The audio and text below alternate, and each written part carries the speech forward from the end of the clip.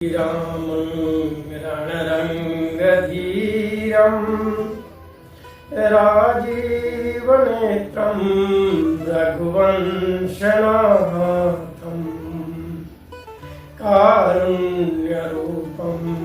करुणाकरन्तं श्रीरामचन्द्रं शरणं प्रपद्ये। राम कथा रस रसिक प्रभु श्री शंभुनाथ हनुमान आदर सहित विराजिए करऊं कथा अनंत अनंत भगवान श्री रामचंद्र जी के चरणों में साष्टांग दंडवत नमन वंदन। बुद्ध भगवान भोलेनाथ जी के चरणों में वंदन। पूज्यपाद गोस्वामी तुलसीदास जी महाराज के चरणों में वंदन। श्री हनुमत लला के चरणों में वंदन अभिनंदन। आप जितने भी भक्त श्रद्धालु यहाँ पर श्री रामचरितमानस कथा का अवगाहन करने के लिए एकत्रित हुए हैं, आप सभी में सिया राममय सब जग जानी करम प्रणाम जोर जुग पानी की भावना को रखते हुए अंतस्थल की अनंत गहराइयों से आप सभी को जय जय सिया राम। पिछले कई दिनों से हम पूज्यपाद गोस्वामी तुलसीदास कृत श्री रामचरितमानस की कथा का अवगाहन करते चले आ रहे हैं। 6 सोपानों को पूर्ण करते हुए हम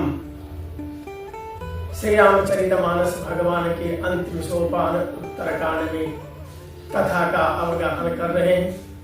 सच बचाओ भक्तों, श्री रामचरितमानस के जो 6 सोपान है वे कथा प्रसंग विशेष पर आधारित प्रसंग है, किंतु यह जो उत्तरकांड है, उत्तरकांड ज्ञान विज्ञान सिद्धांत पर आधारित कांड है।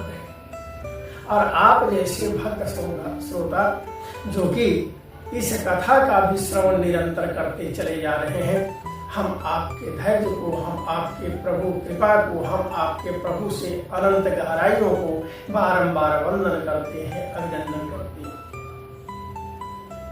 पिछले दिनों की कथा उत्तरकांड के 70वें दोहे पर हम लोग पूर्ण किए और आज की जो कथा रहेगी वह उत्तरकांड दोहा संख्या 70 से 75 के बीच की चर्चा होगी। हम सभी उसमें अवगाहन करेंगे। पिछली कथा में हम सबने देखा है सज्जनों, पक्षीराज गरुड़ जी महाराज शोकग्रस्त होकर के, मोहग्रस्त होकर के, संदेह में पड़ करके जब कागभूषुंडी जी महाराज के पास गए हैं अपनी शंका का निवारण करने के लिए, तो कागभूषुंडी जी महाराज ने प्रभु श्री रामचरितमानस की संपूर्ण कथाओं को, प्रभु श्री रामचंद्र जी महाराज के जीवन लीला के समस्त प्रसंगों का गायन किया है, सुनाया है। और उसके बाद उन्होंने कहा कि आप में तो मोह माया हो ही नहीं सकता, आप माया से ग्रस्त होंगे, हे पक्षीराज, यह संभव नहीं। और अगर मोहग्रस्त हुए भी हैं तो कोई भी मनुष्य, ऋषि महर्षि देवता ऐसे नहीं हुए जो कि मोहग्रस्त नहीं हुए। इसी प्रसंग में उन्होंने मनुष्य के षड विकारों की चर्चा की, काम, क्रोध, लोभ, यहाँ तक हम लोग चर्चा कर चुके। जैसे जैसे कागभूषुंडी जी महाराज कथा प्रसंग का गायन करते चले जा रहे हैं, पक्षीराज गरुड़ जी महाराज बहुत ही भाव विभोर होकर के आनंदातिरेक में डूबते चले जा रहे हैं। सच पूछूं, एक काम, क्रोध, लोभ, मोह, मद, मत्सर, ये जो षड विकार है किन्हीं को नहीं छोड़े। अगर कोई इनमें से है उनसे मुक्त तो बता दीजिए। काम की भावना जागृत होती है, इच्छाएं अनवरत बढ़ती चली जाती हैं। अगर इच्छाओं की पूर्ति नहीं होती है तो हृदय की जो भावना प्रस्फुटित होती है वह क्रोध के रूप में लोगों के सामने आती है। और जैसे जैसे कुछ न कुछ जीवन में प्राप्त होते जाता है वैसे वैसे लोभ की मात्रा बढ़ती चली जाती है। छोटी छोटी बातों पर क्रोध करना, हमको जितनी मिली हुई है उतने पर संतोष न करके और आगे की प्राप्ति के लिए अनवरत बढ़ते जाना। हमारी कामनाएं होनी चाहिए, लेकिन कामनाएं उतनी होनी चाहिए। संत कबीरदास जी महाराज ने कहा, साईं इतना दीजिए जामे कुटुम समाय, मैं भी भूखा न रहूं साधु न भूखा जाए। हे प्रभु, हमारी इच्छाओं की पूर्ति वहां तक करें कि मैं भी भूखा न रहूं, मेरी भी जो स्थितियां हैं उनकी पूर्णता होती चली जाए और दरवाजे पर कोई आ जाए वो भी बेचारा निराश होकर के न लौटे। भावनाएं कामनाएं इस तरह की बढ़ती रहनी चाहिए। क्रोध, लोभ, इनके आने के बाद यह मानव जीवन मोह से ग्रस्त होता है। जो भी अर्जित की है उसने, जो भी अर्जित किया है उसने, उस अर्जित संपत्ति को, अर्जित सौंदर्य को अनवरत सुरक्षित रखने के लिए वह जीवन के सार तत्व को भूलने लगता है। हम किस लिए इस धराधाम पर अवतरित हुए हैं, हमारे कर्म क्या हैं, हमें यथेष्ट रूप से करना क्या चाहिए, इन सारी बातों को भूलने लगता है उन मोह में ग्रस्त होकर के। सुतेष्णा, वितेष्णा,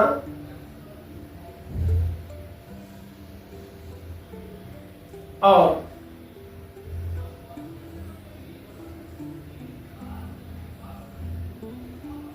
कई तरह की जो इच्छाएं हैं, इन इच्छाओं से मनुष्य ग्रस्त होते चला जाता है। धन की इच्छा, संतान की इच्छा और तीसरी इच्छा लोकेशना, हमारी प्रसिद्धि होती चली जाए अनवरत। इनसे ग्रस्त होकर के वह अपने जीवन के महत्व को भूलने लगता है। आप तो धन्य हैं जो कि प्रभु श्री राम की कथा में यहाँ तक प्रतिदिन आते हैं अवगाहन करने के लिए। नहीं तो इन तीन तरह की जो ऐसनाएं हैं, ये ऐसनाएं मनुष्य के जीवन को दूसरी ओर भटकाने का प्रारंभ कर देती। काम, क्रोध, लोभ, मोह और इन सबके माया के चक्कर में पड़ करके वह अपने मुख्य पद से भटकता है। किसी ने पूछा था कि माया है क्या? प्रभु ने स्पष्ट किया है कि हम जितनी चीजों को देख रहे हैं, ये सभी चीजें संसार में माया है और कोई भी ऐसा मनुष्य नहीं है जो कि इससे बचा हुआ है। व्यासपीठ पर जो बैठा है वो भी बचने की बात थोड़े। प्रभु श्री राम की कृपा होती है तो इससे एक रास्ता मिलता है। बाबा गोस्वामी तुलसीदास जी काकभूषण जी महाराज के माध्यम से स्पष्ट कहते हैं, गुणकृत सज्ञ पात नहीं कोई, को न मान मद तजेउ निबेहि, जो बन ज्वर के ही नहीं बल खावा, ममता के ही कर जसन नसावा। काकभूषण जी महाराज ने गरुड़ जी से कहा कि रज और तम, ये जो वृत्तियां हैं, हम बहुत बड़े हैं, राजसी जीवन हो, अहंकार का जीवन होता चला जाए। ये रज तम जो है सन्निपात है और ऐसे रोग किनको नहीं हुआ। अगर किन्हीं को नहीं हुआ तो वो तो भगवान के लीला की बात हो जाए, लेकिन ये तीनों जो रोग है वो किसी न किसी रूप में हर मनुष्य को ग्रस्त किए। ऐसा कौन मनुष्य है कि यौवन के ज्वर से अपने आप को सताते हुए नहीं पाया? यानी यह जो यौवन का ज्वर है वह भी हर मनुष्य को प्रभावित किया है। इसके बाद मत्सर, जलनशीलता, ईर्ष्या, जैसे जैसे हमारे अंदर मद का भाव बढ़ता है, हमारे अंदर अहंकार का भाव बढ़ता है, हमारी कामनाएं बढ़ती चली जाती हैं। और जब हमारी कामनाएं बढ़ती हैं और जो भी हमें प्राप्त होता है, चाहे पद हो, प्रतिष्ठा हो, संपत्ति हो, रूप हो, उसके अहंकार में हम पड़ते हैं और ईर्ष्या होने लगती है। इस मानव जीवन में दुख अपने से नहीं बल्कि दूसरों को देख करके तब दुख हमारा ज्यादा बढ़ता है। सामने वाले को हम अगर ज्यादा सुखी देख रहे हैं तो हमारा दुख बढ़ रहा है। और यही कारण है कि जो ईर्ष्यालु व्यक्ति है अपने सामने वाले को नष्ट करने के पीछे स्वयं को भी बर्बाद कर देता है। प्रेम से बोलिए सियावर रामचंद्र की जय। एक वकील जी बहुत अच्छा कमाते थे, बहुत अच्छी संपत्ति अर्जित की थी उन्होंने, लेकिन सामने में जो एक रहता था उनके घर के सामने, उनसे इनको काफी जलनशीलता थी, काफी मत्सर था। ये भगवान से प्रार्थना की।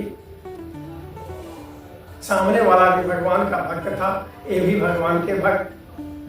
भगवान से प्रार्थना कर इसने कहा कि हे महाराज, हम आपसे यही प्रार्थना करते हैं कि हम जो कहें वह मिल जाए। भगवान भी सोच गए कि एक तो पुराना भक्त है, सामने का एक नया नया भक्त है, दोनों की भावना को तो हमको समझनी है। भगवान ने कहा कि ठीक है, तुम जो मांगोगे वह तुमको मिल जाए, लेकिन एक शर्त इसमें है कि जो तुम्हें मिलेगा तुम्हारे सामने वाले को उससे दोगुना मिल जाए। थोड़ी देर विचार किया इसने और विचार करके इस व्यक्ति ने कहा कि मुझे मंजूर है। अब भगवान ने कहा तथास्तु। इसके बाद धीरे धीरे भगवान से प्रार्थना करते हुए विभिन्न सामग्रियों को, विभिन्न सुख साधनों को इसने इकट्ठा करना प्रारंभ किया। कहा कि हे भगवान, मेरा एक सुंदर घर बन जाए। इसका एक सुंदर घर बन गया और सामने वाला था उसका दो सुंदर घर बन गया। हे भगवान, हमारे दरवाजे पर एक बहुत अच्छी कीमती गाड़ी आकर के लग जाए। प्रभु की कृपा, इसके दरवाजे पर एक कीमती गाड़ी आकर के लगी, उसके दरवाजे पर दूसरी कीमती गाड़ी लग गई, दो गाड़ियां लग गई वहां। फिर इसने कहा हे भगवान, हमारे घर में एक बहुत ही खूबसूरत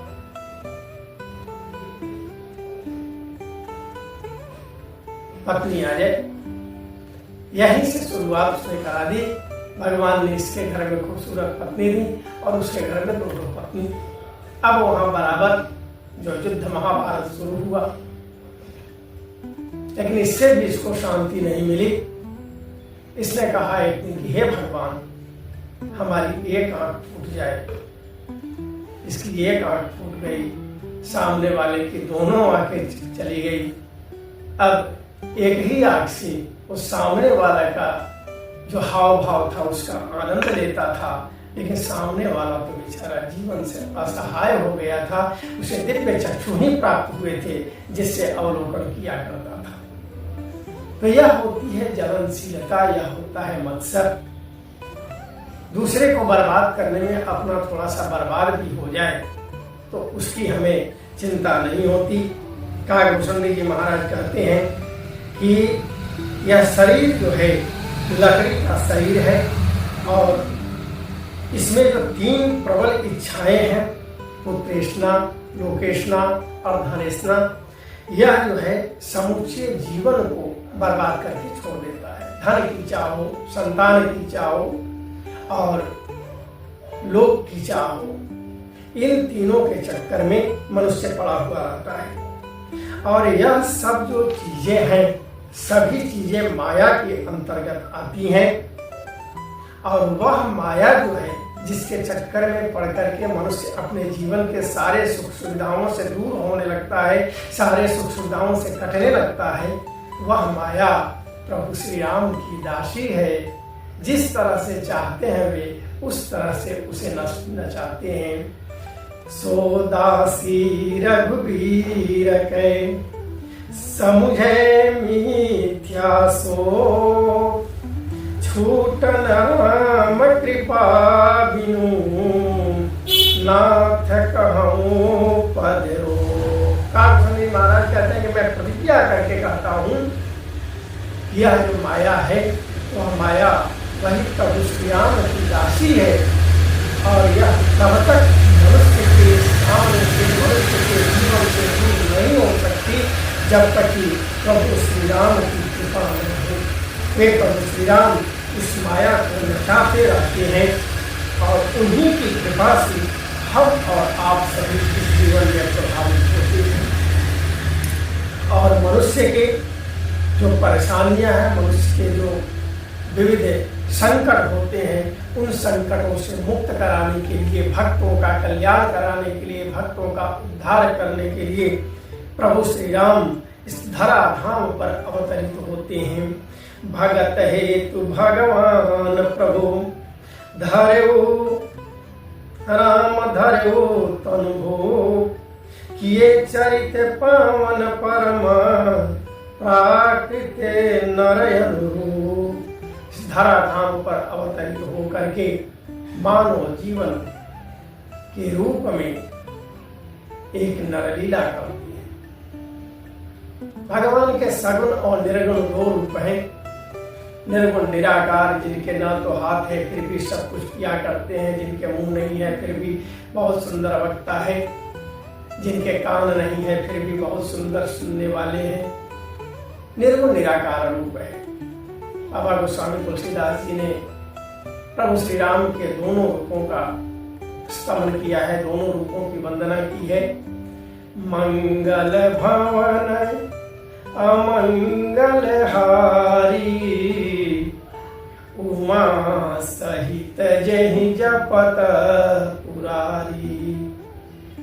जिस प्रभु श्री राम के नाम का भगवान भोलेनाथ और माता पार्वती जप करते हैं, वे प्रभु श्री राम हमारा कल्याण करें। और मंगल भवन अमंगल हारी, द्रवं सुदशरथ अजिर बिहारी। प्रभु श्री राम जी के आंगन में विचरण करने वाले, श्री दशरथ जी महाराज जी के आंगन में विचरण करने वाले प्रभु श्री राम जी हमारा कल्याण करें। दोनों रूपों की वंदना बाबा गोस्वामी तुलसीदास जी ने की है। लेकिन सगुण रूप जो है, उस सगुण रूप की भक्ति सरल होती है और वह भक्ति मनुष्य के जीवन को एक सच्चे रास्तों की ओर ले जाने वाली बहुत ही बड़ा साधन है, बहुत बड़ा माध्यम है। प्रेम से बोलिए सियावर रामचंद्र की जय।